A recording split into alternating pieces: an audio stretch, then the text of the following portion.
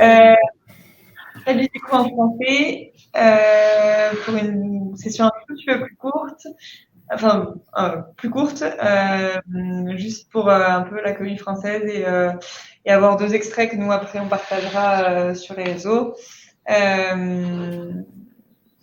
Donc, petite réintroduction. Anaïs et Oriane, du côté de Kardashian, qui host cette session. Avec, du coup, on est ravis d'accueillir Listy ce soir pour cette 8e AMA déjà, et la dernière de la semaine. Et du coup, on a Nicolas et Juan avec nous, qui vont nous présenter ici dans quelques minutes. Petit rappel, n'hésitez pas à poser toutes vos questions dans le chat à n'importe quel moment, même si c'est des questions qu'on a déjà faites en anglais et sur lesquelles vous voulez juste qu'on revienne ou vous voulez plus d'informations ou une traduction en français, en fait. Il n'y a pas de souci, je pense. Donc voilà. On repart avec peut-être une petite présentation, Ouais, cette fois en parfait. français de Yesti. Ouais, très bien. Donc, moi, c'est Juan, cofondateur, COO de Yeasty, en charge du produit, marketing et développement commercial. Et alors, Nicolas qui est ici, mais je crois que pas là. Nicolas, tu nous entends? Alors, je vous entends, mais je suis désolé, j'ai vraiment plus beaucoup de batterie. Comme vous pouvez le voir, je suis en pleine nature et j'ai 10% de batterie, donc je sais pas si je vais pouvoir tenir jusqu'à la fin du live en français. Mais sinon, voilà, pour me présenter, je suis Nicolas Stefanovic et je suis le CEO et cofondateur du coup de la startup Yeasty. Très bien.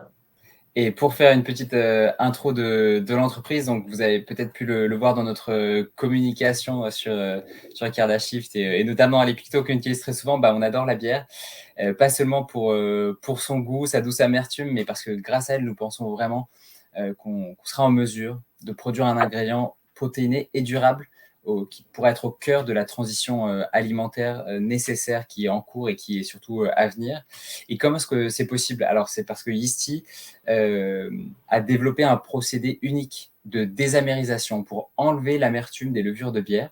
Et ça, c'était vraiment le point clé qu'il fallait débloquer pour enfin envisager une revalorisation de ce coproduit qui est vraiment fantastique de l'industrie brassicole en alimentation humaine, car cette amertume-là ne rendait pas cette utilisation possible. Il y avait déjà quelques revalorisations possibles, par exemple en alimentation animale, mais on ne pouvait pas envisager du volume en alimentation humaine. Et en fait, qu'est-ce que nous obtenons et quel est ce fantastique produit? C'est un super ingrédient qui a la forme d'une farine de levure. Voilà, c'est ce qu'on a en sortie de notre process, qui est composé à 50% de protéines naturellement. C'est des protéines qui sont très complètes, tous les acides aminés essentiels, et également une très bonne digestibilité, qui est un critère qui est très regardé aussi dans l'alimentaire, et qui a en plus un goût umami. Umami, ça veut dire goût savoureux en japonais. C'est un peu ce 5e goût qui donne un goût viandé, un peu fromager au produit, et qui chez nous est naturellement présent, qui est très apprécié des consommateurs. Et en plus, on vient être également riche en fibres, vitamines et minéraux, par exemple des fibres comme des vitamines comme la vitamine B, des minéraux comme le fer, qui sont des éléments très importants, notamment sur des protéines alternatives. Et ce que nous voulons vraiment, c'est offrir un prix compétitif pour permettre aux industriels de l'agroalimentaire, donc nous on est vraiment centré sur du B2B dans un premier temps, de développer des produits qui soient sains, savoureux et durables pour des applications qui vont par exemple des galettes végétales et simili-viande jusqu'à la nutrition sportive, en passant par la dénutrition. Et je terminerai par notre mission, avant de répondre bien sûr avec grand plaisir à vos questions, c'est produire une protéine durable pour la planète et fournir une protéine alternative pour tous. Eh ben, super.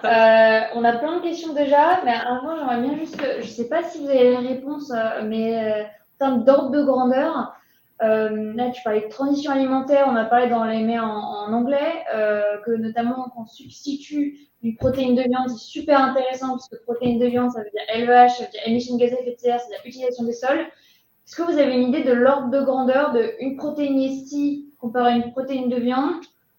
C'est combien de fois moins d'émissions de gaz à effet de serre ou moins d'eau? Ou est-ce que vous avez des ordres de grandeur comme ça un petit peu? À quel point c'est mieux Yesti? Alors sur ça, on va effectuer cette année une analyse de cycle de vie très poussée pour avoir des infos là-dessus. Ce qu'on sait, c'est que aujourd'hui, sur des levures qui ne sont pas du tout celles qui passent par notre process, mais qui sont des levures de bière. On va à celles qui sont par exemple notées par l'ADEME. On va être en deçà, bien sûr, de toutes les protéines animales. Ça, c'est très clair, en deçà du poulet, bien en deçà de la viande de bœuf. Par contre, sur notre process, en fait, on doit faire une évaluation qui est très poussée, notamment sur la consommation d'énergie. Et ça va venir très rapidement cette année. Ce qui est sûr, c'est qu'on sera très loin de toutes les protéines animales. Et ce qu'on espère aussi, et ce qu'on pense qui va être le cas, c'est qu'on sera loin sur de nombreux critères par rapport aux protéines végétales. Notamment, on parlait effectivement de l'utilisation des sols. Ce qui est très important, par exemple, quand on parle de protéines de soja, qui est la protéine dominante aujourd'hui, c'est les problèmes liés à l'utilisation des sols pour la faire grandir, à la perte de la biodiversité. Donc, ça fait beaucoup de facteurs à mesurer. Mais les levures, finalement, c'est quelque chose qu'on obtient dans des usines qui sont déjà installées. Et avec ce qui est déjà existant, on va pouvoir obtenir cette matière première. Donc, pas besoin d'aller utiliser davantage de sol, davantage d'intrants, les engrais aussi là-dessus. Donc, voilà, c'est vraiment un impact qui est très complet et complexe à évaluer. Mais on espère très vite pouvoir communiquer sur ça. Après la levée de fonds, on va lancer cette analyse de cycle de vie. Ok, super. Ça reprend un petit peu. Donc, je ne sais pas si vous pourrez nous en parler déjà ou s'il faudra attendre cet ACV, mais il y a une question de Drake Shifter dans ce sens qui dit j'attaque, quelle est la taille minimale requise pour permettre le bon fonctionnement des usines? Est-ce qu'un format permettant de vous connecter à chaque brasserie, même les plus petites, sera délivré? Moins de transport pour envoyer les produits dans de grandes usines, c'est moins d'énergie consommée. Ouais. Non, très bonne question. Effectivement, on n'a pas le temps de souffler, c'est très bien, on est là pour ça. Sur la taille minimale des usines, 100 tonnes par an, ça devient rentable. Nous, on va viser assez rapidement, en fait, dans notre croissance, des usines plus larges de 5 000 tonnes à 50 000 tonnes. Donc ça, c'est vraiment ce qu'on vise pour à partir de 2025, la première usine, on va dire, taille réelle. Les volumes de 100 tonnes seraient plus sur des sites pré-industriels dans notre plan. Et pourquoi est-ce qu'il y a vraiment cet objectif-là? C'est parce que les grandes brasseries sont aujourd'hui... il y a vraiment une très grande concentration de la production de bière. Donc, si on veut récupérer un maximum de levure, avoir un maximum d'impact de ce côté-là, il faudra de toute manière penser très large, très vite. Et bien sûr, en termes de rentabilité, même si, voilà, comme on le disait, à partir de 100 tonnes, on commence à être rentable. Et peut-être qu'en développant la R&D, plus tard, on pourra... Et d'ailleurs, c'était en fait l'idée initiale, quand Nicolas et Mathieu ont commencé à plancher sur le sujet de la réutilisation des levures. Ils avaient au départ un peu en tête ce milieu un peu micro-brasserie, brasserie artisanale. Donc, c'était ce qui a été envisagé en fait en tout premier, mais on se rend très vite compte que pour des questions de volume et de coût, ça peut être complexe sur des micro-brasseries, par exemple. Ok. Très clair. Et il finit d'ailleurs par quand est-ce que les investisseurs pourront voir des échantillons publiés? Eh bien, on l'espère très vite. On l'espère très vite. Ce que j'aimerais vraiment pouvoir vous proposer, c'est des produits très simples, assez rapidement, qu'on aimerait faire en partenariat avec une marque de biscuits apéro.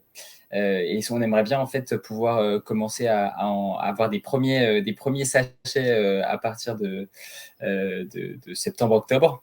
Et ça, c'est vraiment un peu un produit démonstrateur, on va dire, car très simple, qui est très lié à l'apéro, à la bière. Donc, la boucle est bouclée, on va dire.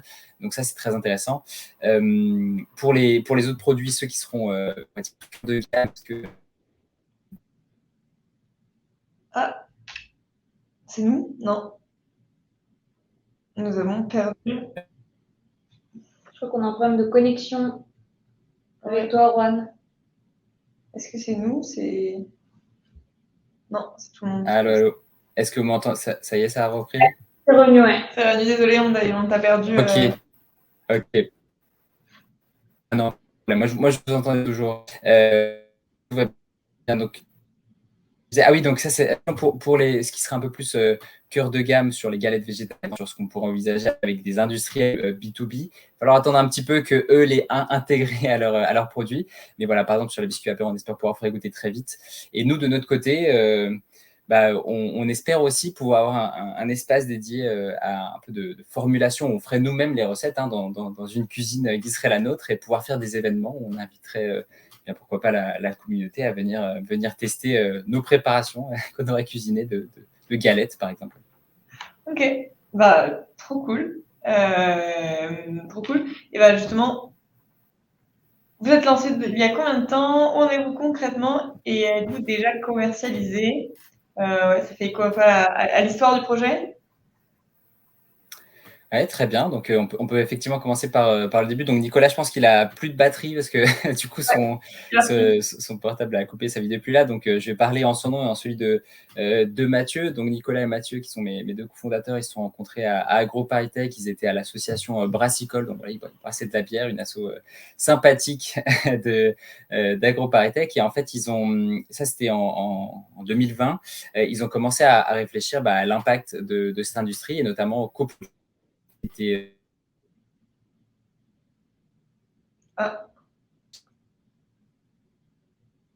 On t'a reperdu, je crois. Je sais pas si tu nous entends encore. Mais nous t'avons reperdu.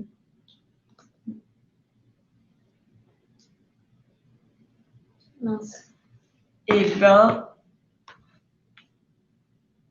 je pense Petite que interruption. Petite interruption, ouais. On n'aura pas la fin de l'histoire d'AgroParisTech.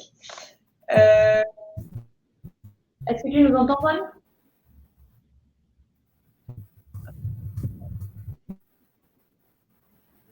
Il faut meubler les filles. Eh ben, alors. Eh bien, l'histoire, c'est donc ils se sont rencontrés ils ont eu l'idée en 2020, si je me souviens de la main en anglais, et ils sont allés voir un ami de Nicolas qui tenait une microbrasserie à l'été 2020. Est-ce que tu nous entends? On entend à nouveau Nicolas. Ouais. Juan, pardon. Ok. Juan. Ouais, j'espère que c'est... Ok, ça marche. Ça s'est très bien passé la première heure. Je ne sais pas trop ce qui se passe. J'espère qu'il n'y aura pas de bug à nouveau comme ça. C'est ça. Donc, oui, donc en 2020.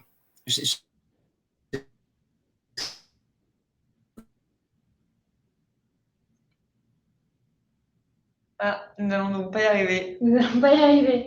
Nous pourrons reprendre notre histoire. Donc, à l'été 2020, Mathieu et Nicolas, les deux autres fondateurs, sont allés rencontrer un microbrasseur. Ouais. Et il leur a demandé ce qu'ils faisaient de la levure, qu'ils étudiaient par ailleurs, je crois, de mémoire à AgroParis. Je tente un partage de connexion.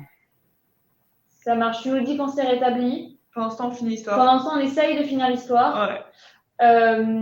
Et donc, il leur a dit, écoutez, la levure est jetée aux eaux usées, enfin au caniveau. Elle n'est pas réutilisée. Et, donc, traitée par ces stations d'exploration, voilà, ce qui coûte ce qui est environnementalement. Et alors qu'il y a encore plein de bonnes propriétés dans cette levure. Et d'où est née l'idée. Et les a rejoints en Rouen, qui est double diplômé central et sexe, si je me trompe, tu viens de me dire. C'est bien ça, oui, exactement. Et donc, moi, j'avais une spécialisation. Bon, j'ai commencé par la SEC École de Commerce, du coup, que j'ai complété par un diplôme en Data Science. Et ça n'a pas grand-chose à voir avec l'industrie alimentaire. Donc, j'ai commencé ma carrière en Product Manager, plutôt du côté software, hardware, en startup deep tech, entre guillemets. Puis, j'ai décidé de changer un peu de voie pour m'orienter plutôt vers la clean tech et vers l'impact, et notamment du côté de l'alimentation. Donc, j'ai travaillé sur l'alimentation pendant une dizaine de mois jusqu'à rejoindre Nicolas et Mathieu quand le produit était prêt, et ces magnifiques propriétés m'ont vraiment convaincu, et bien sûr la fantastique équipe. Et c'est une très bonne présentation que vous avez faite là de mémoire. Félicitations, désolé pour les bugs. Non, pas, c'était peut-être la question la plus simple à répondre. Oui, je pense que c'était la seule auquel on pouvait répondre sans vous. Ok, très bien. Reprenons du coup. Donc, vous lancez depuis 2020, mais là, vous en êtes où concrètement? Demandez Léonore Crypto qui nous a rejoint pour le live en français. Ok, je vais essayer effectivement de du coup répondre de manière très concrète. Aujourd'hui, on est en train de faire notre première levée de fonds pour pouvoir produire des échantillons, avoir une première ligne de production d'échantillons qu'on voudrait de 25 kg par semaine. En fait, ça nous permettrait de fournir ces échantillons aux industriels de l'agroalimentaire qui nous demandent des échantillons aujourd'hui. On a eu un très fort intérêt, plus de 20 acteurs qui nous ont dit nous, on adore ce produit, on veut le tester. On attend, alors la plupart, c'est entre 1 et 2 kilos. Il y a certains industriels qui m'ont demandé 200 kilos pour un premier test, ce qui n'est pas possible, mais peut-être plus tard. Mais en tout cas, ils attendent tous des échantillons. Donc ça, c'est vraiment le point clé qu'on va débloquer avec la levée de fonds en cours. Et ça sera accompagné de entre 7 et 10 recrutements. Après, la deuxième phase, ce sera l'année prochaine, quand on aura pu produire ces échantillons, on aura pu signer des lettres d'intérêt, on aura pu signer des contrats. Et là, on pourra relever des fonds pour la première ligne industrielle, pré-industrielle. Là, ce serait plutôt des échelles de 30 à 100 tonnes par an de production. Et l'idée, ce serait en 2025 d'atteindre des échelles de production de plutôt de 5000 tonnes. Donc aujourd'hui, on n'est pas commercialisé. On ne le sera pas non plus en fin d'année. On sera vraiment sur du test d'échantillon, ce qui est tout à fait normal et traditionnel sur du B2B. On est vraiment sur du B2B. Donc pour travailler avec ces industriels-là, c'est vraiment la toute première étape. Ok. Ben, je pense que ça y est, on sait où vous en êtes. Et du coup, vision long terme, dès là, à la fin, dès l'heure dans crypto.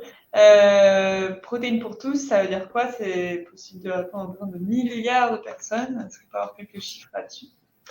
Alors, on a fait un calcul sur la totalité des levures qui sont aujourd'hui disponibles et qui sont gaspillées finalement aujourd'hui. On est à 5 millions de tonnes de levures par an.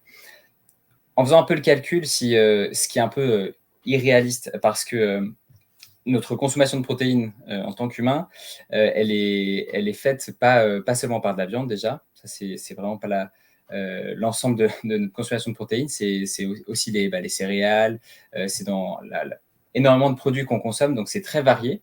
Mais si on supposait qu'on ne nourrissait des humains qu'avec des produits Yeasty, des farines Yeasty en protéines, on pourrait répondre aux besoins annuels de plus de 200 millions de personnes.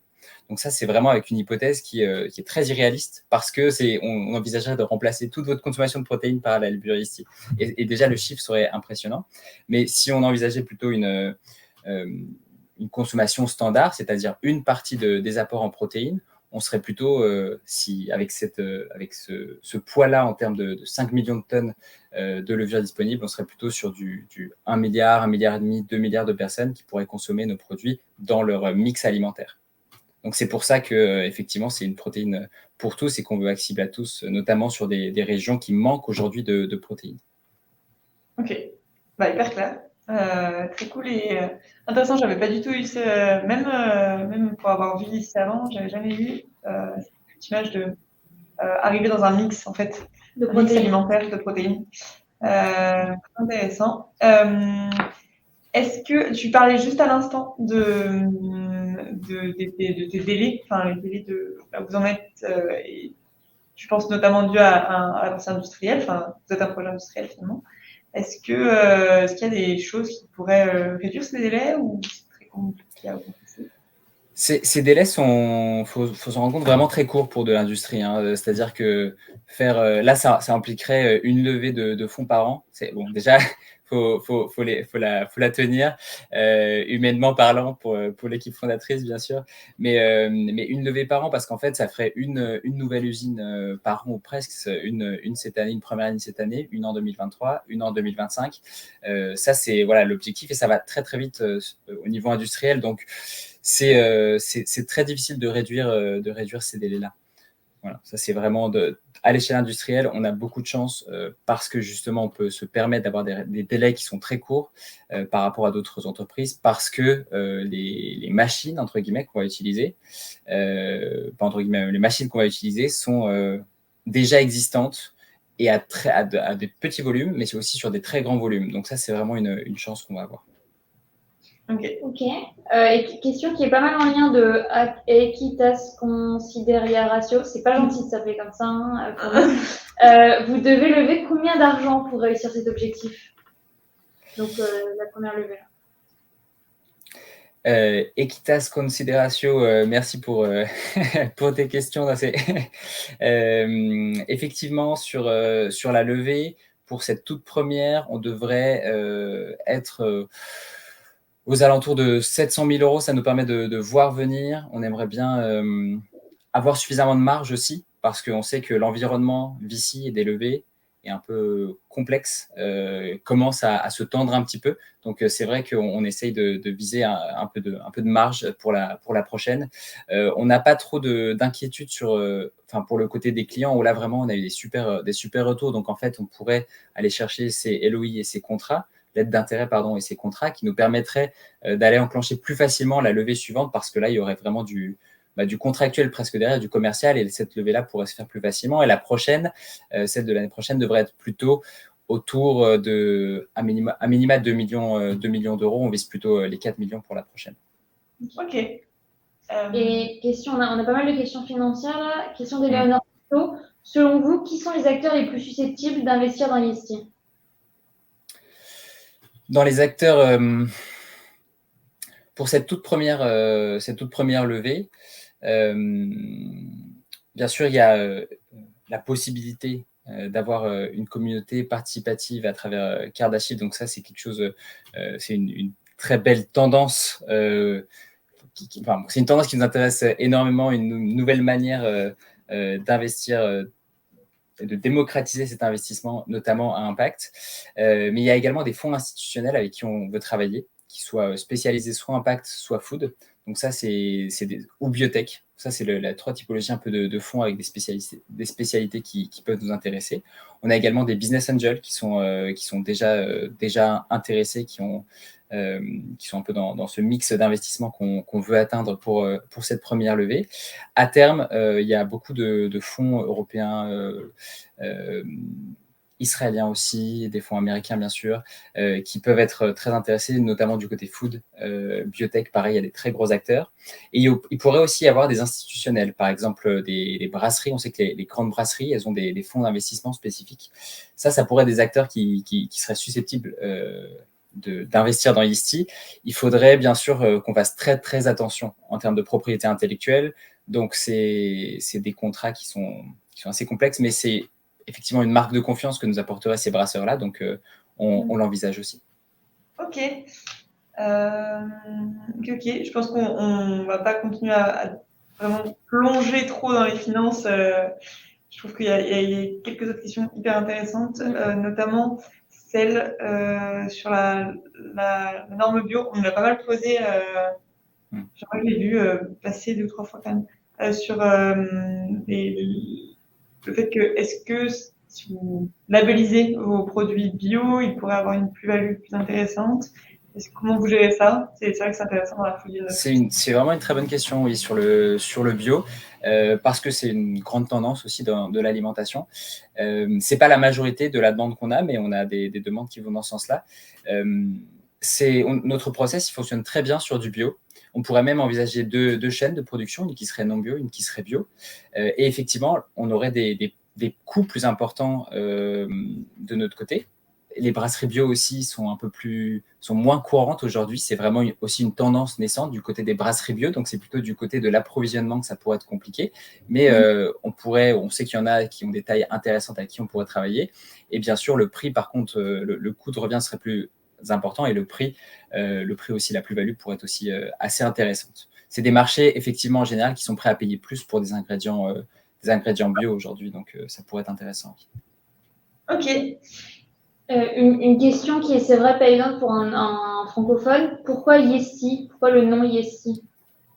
Yesty, effectivement. Alors, en plus, je vais être très honnête, un nom qui est difficile. On s'en est rendu compte après, un nom qui est difficile à prononcer, mais par exemple à écrire. Quand je dis à quelqu'un entreprise Yesty, Listy, Isty, j'ai vraiment tout eu dans les compréhensions, donc c'est pas si évident. Bon, heureusement, on est sur du B2B, donc ça ça peut aller pour les industriels. Mais pourquoi ce nom? C'est parce que effectivement, c'est très descriptif de ce qu'on fait. Yeast, ça veut dire levure en anglais, donc yeast, et le yeasty pour ce côté un peu tasty, savoureux aussi, qui résonne un petit peu dans le nom. Ok. Et du coup, yeast veut bien dire levure. Peut-être pour les Français. Voilà, c'est ça. Et écoute, très cool. Je pense qu'on a 2 petites questions sur toi.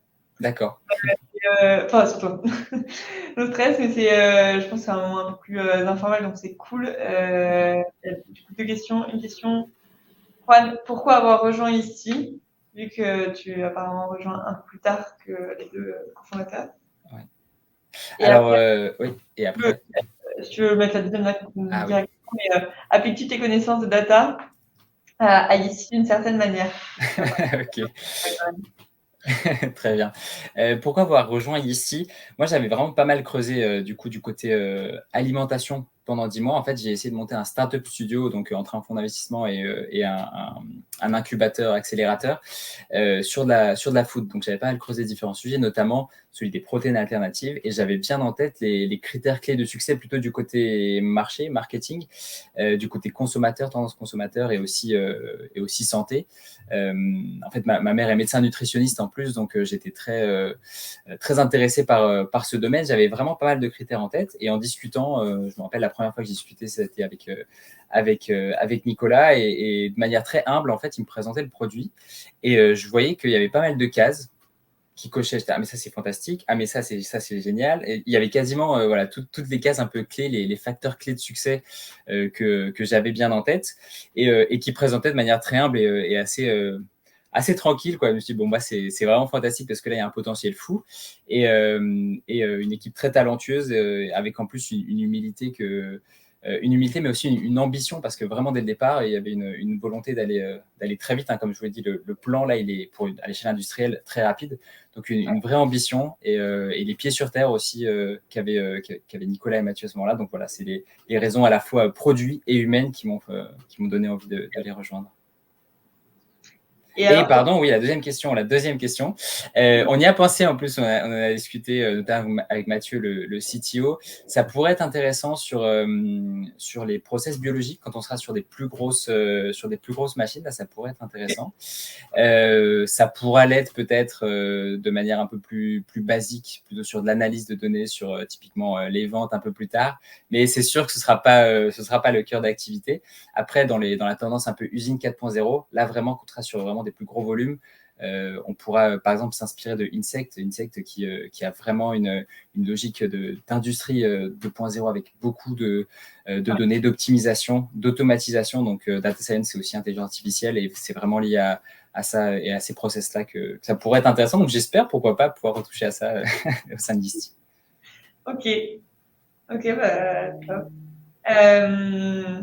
Merci beaucoup. Je pense qu'on va finir ce petit live français par une question qui a été posée un petit peu en anglais tout à l'heure, mais et que moi j'aime bien poser à la fin des lives. Souvent, je trouve que c'est une super réponse pour répondre à la question pourquoi voter pour vous.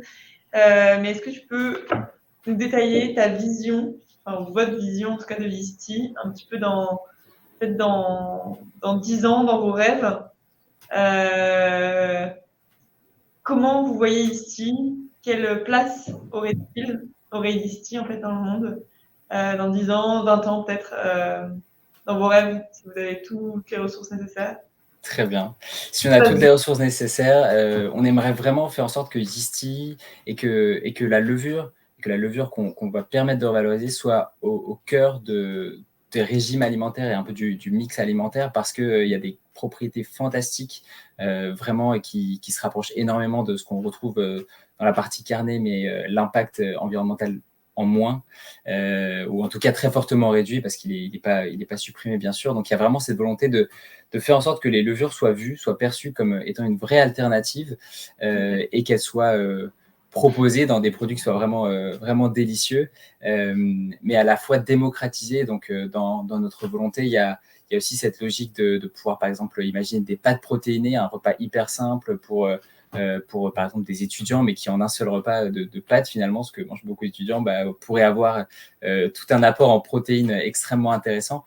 Donc vraiment cette volonté de démocratisation, une volonté aussi d'aller à l'international, vraiment notamment en Asie du Sud-Est, potentiellement en Afrique. Il y a plein de brasseries en Afrique et en Asie du Sud-Est, donc c'est vraiment cette volonté d'avoir un impact, mais partout dans le monde, et notamment au niveau social, en travaillant sur de la dénutrition ou de la sous-nutrition. Ça, c'est vraiment une volonté pour nous. Et pourquoi pas, alors on n'a pas parlé dans ce live français, mais pourquoi pas aller à un moment donné sur du B2C, donc sur développer notre propre gamme de produits. Et ça, c'est quelque chose, je pense, qu'on porte un petit peu dans notre cœur comme volonté avec Nicolas et Mathieu, et j'espère que ça pourra se faire. comme un petit rêve. Ok. Voilà. Super clair. Merci beaucoup pour un peu ce résumé qu'on a pu faire en français de plein de choses qu'on a dit en anglais. Merci à vous. J'espère que oui, il y a encore des questions qui arrivent pour le B2C. Parce que non, on n'aura pas le temps d'y répondre, je suis désolée. Mais par contre, me poser dans le chat, dans le Discord, pardon. Dans le Discord, ouais, on pourrait Bien aller sûr. là directement dans le Discord pour des Parfaitement. Merci Voilà. beaucoup, Juan. Et Merci à vous. à Nicolas aussi pour cette session. C'était super aimé avec vous. Bonne chance pour la voting phase. Merci beaucoup. Merci pour cette organisation et merci à toute la communauté pour ces super questions aussi. Ah bah top. Merci beaucoup. Très bonne soirée. Bonne soirée.